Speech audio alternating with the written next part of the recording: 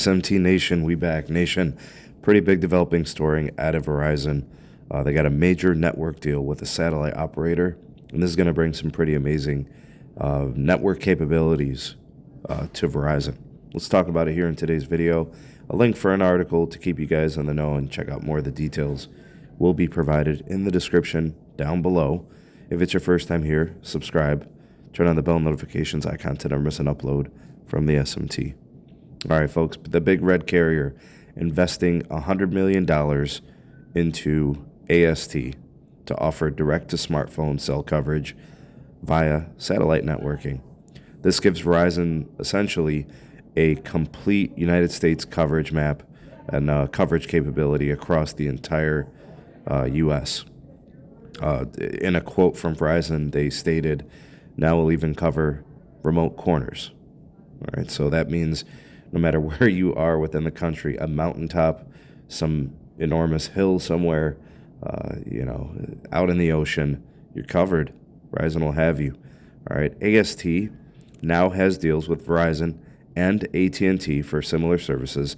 Obviously, T-Mobile also will have satellite services, but they're working and partnering with Starlink. The AT&T deal is structured as a revenue share through 2030. AST will launch somewhere between 45 and 60 Bluebird satellites to cover the United States.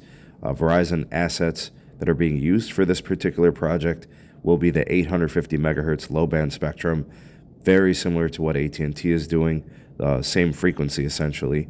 And I'll go ahead and speculate that they are probably, maybe, I think it's a possibility, combining assets to increase the net spectral efficiency of the connections, and then those resources become shared. And I think that probably gets the most out of the connection.